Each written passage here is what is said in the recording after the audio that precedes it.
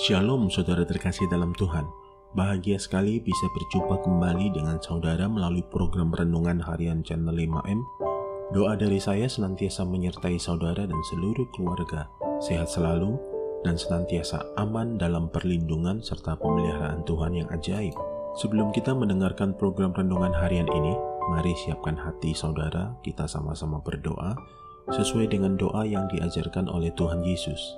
Bapa kami yang di surga, dikuduskanlah namamu, datanglah kerajaanmu, jadilah kehendakmu, di bumi seperti di surga.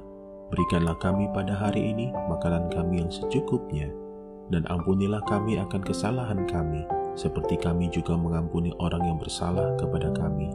Dan janganlah membawa kami ke dalam pencobaan, tetapi lepaskanlah kami daripada yang jahat, karena Engkaulah yang mempunyai kerajaan dan kuasa dan kemuliaan sampai selama-lamanya. Berkati firman-Mu ya Tuhan, dan renungan harian yang akan kami dengarkan ini, beri kami hikmat-Mu, supaya kami dapat memahami kebenaran firman-Mu dan mempraktekkannya dalam kehidupan yang sedang kami jalani saat ini. Terima kasih Tuhan. Dalam nama Tuhan Yesus kami berdoa, dan kami siap diberkati melalui episode ini. Amin.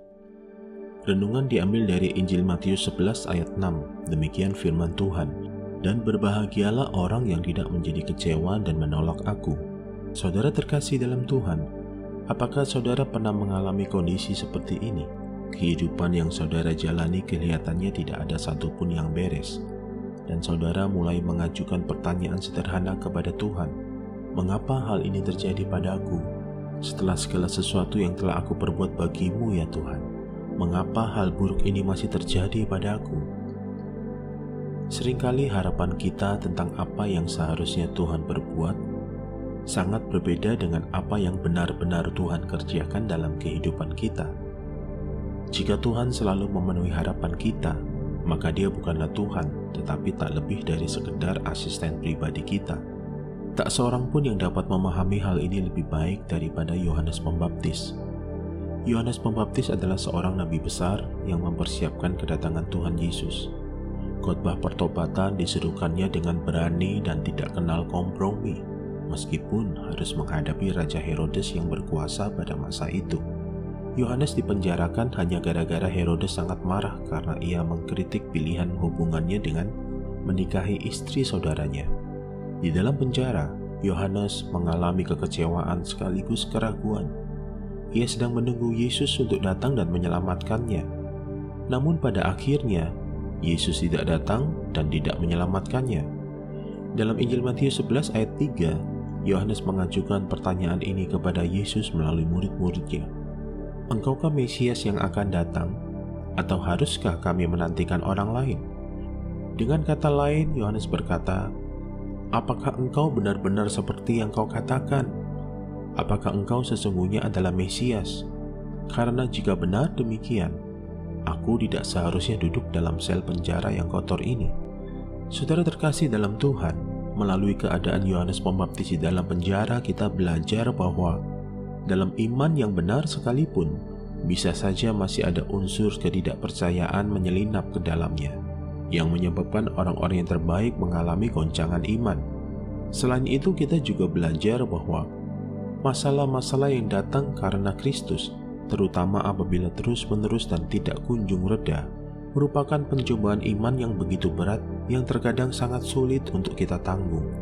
Ketika membaca kisah tentang Yohanes Pembaptis yang dipenjara, tadinya saya berharap Yesus akan datang dengan segala kuasanya, merobohkan tembok-tembok penjara, dan menyelamatkan Yohanes Pembaptis. Kalau itu yang terjadi, pasti akan luar biasa dampaknya. Itu menurut saya. Namun sebaliknya Yesus mengatakan demikian. Pergilah dan katakanlah kepada Yohanes, apa yang kamu dengar dan kamu lihat. Orang buta melihat, orang lumpuh berjalan, orang kusta menjadi tahir, orang tuli mendengar, orang mati dibangkitkan, dan kepada orang miskin diberitakan kabar baik. Yesus tidak menjawab pertanyaan Yohanes langsung dengan ya atau tidak. Tetapi segera setelah Yohanes mendengar jawaban Yesus, dia tahu bahwa Yesus adalah Mesias. Kemudian Yesus menambahkan jawabannya, dan berbahagialah orang yang tidak menjadi kecewa dan menolak aku. Terjemahan lain untuk ayat yang sama mengatakan, Tuhan memberkati mereka yang tidak tersinggung olehnya. Saudara terkasih dalam Tuhan, pada dasarnya Yesus sedang menyampaikan kepada kita bahwa kita akan berbahagia jika tidak tersinggung oleh respon dari Tuhan, yang seringkali seolah-olah tidak ada tindakan apapun dari Tuhan. Mungkin sulit bagi kita untuk memahaminya. Yesus mengatakan bahwa sebagian orang akan kecewa karena dia tidak bertindak. Doa tidak dijawab, pernikahan tetap berakhir, kanker tidak disembuhkan, Yohanes Pembaptis berakhir dengan dipenggal kepalanya dalam penjara. Keadaan kita atau problem yang kita hadapi memang tidak selalu menggambarkan kebaikannya. Namun satu hal yang pasti, ada kehadirannya untuk kebaikan kita sendiri. Berbahagialah saudara saat masih bisa mempercayai Tuhan ketika berada di lembah. Sekalipun saudara telah melihatnya memindahkan gunung-gunung, seringkali berkat ditemukan justru ketika ada di lembah. Jadi jika Tuhan tidak bertindak seperti yang saudara harapkan, tidak mengapa jika merasa kecewa. Tidak mengapa jika saudara mempertanyakan, meragukan, ataupun bergumul. Tetapi saudara akan diberkati jika tidak tersinggung oleh Tuhan, dan bahkan tetap menyediakan waktu bersamanya, memaafkan dia, mengalami dia, dan mengasihi dia, karena siapa dia, dan bukan hanya sekedar untuk apa yang telah diperbuatnya. Mari kita berdamai dengan Tuhan. Mari siapkan hati saudara, kita berdoa. Bapa di surga, ampuni kami karena kami telah memperlakukan Engkau seperti seorang asisten dan bukan sebagai juru selamat. Bantulah kami untuk memaafkan Engkau karena tidak selalu memenuhi harapan kami. Dan ampuni kami karena menaruh harapan manusiawi kami terhadap kuasa-Mu yang tak terbatas. Ampuni kami kalau terlalu banyak menuntut.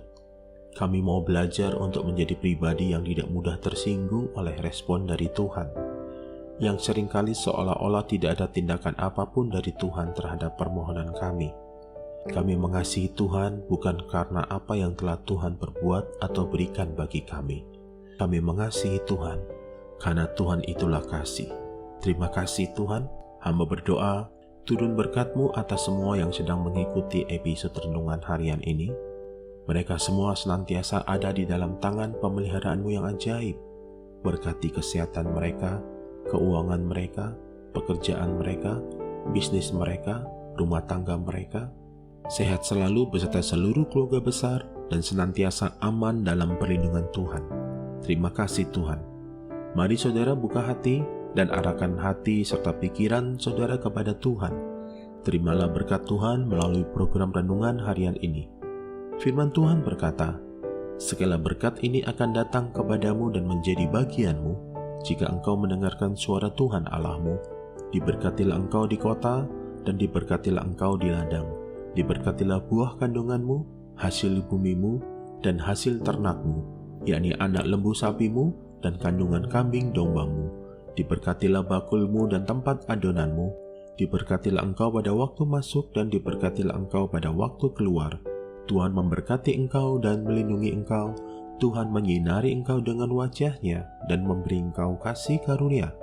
Tuhan menghadapkan wajah-Nya kepadamu dan memberi engkau damai sejahtera di dalam persekutuan yang manis bersama dengan Roh Kudus saat ini bahkan sampai Maranatha. Tuhan datang menjemput kita semua dan kita semua memerintah bersama dengan Dia sampai selama-lamanya. Yang percaya telah diberkati oleh Tuhan, bersama-sama kita katakan, amin. Saudara terkasih dalam Tuhan, terima kasih untuk kebersamaannya dalam program ini. Sampai jumpa di episode berikutnya. Tuhan Yesus memberkati.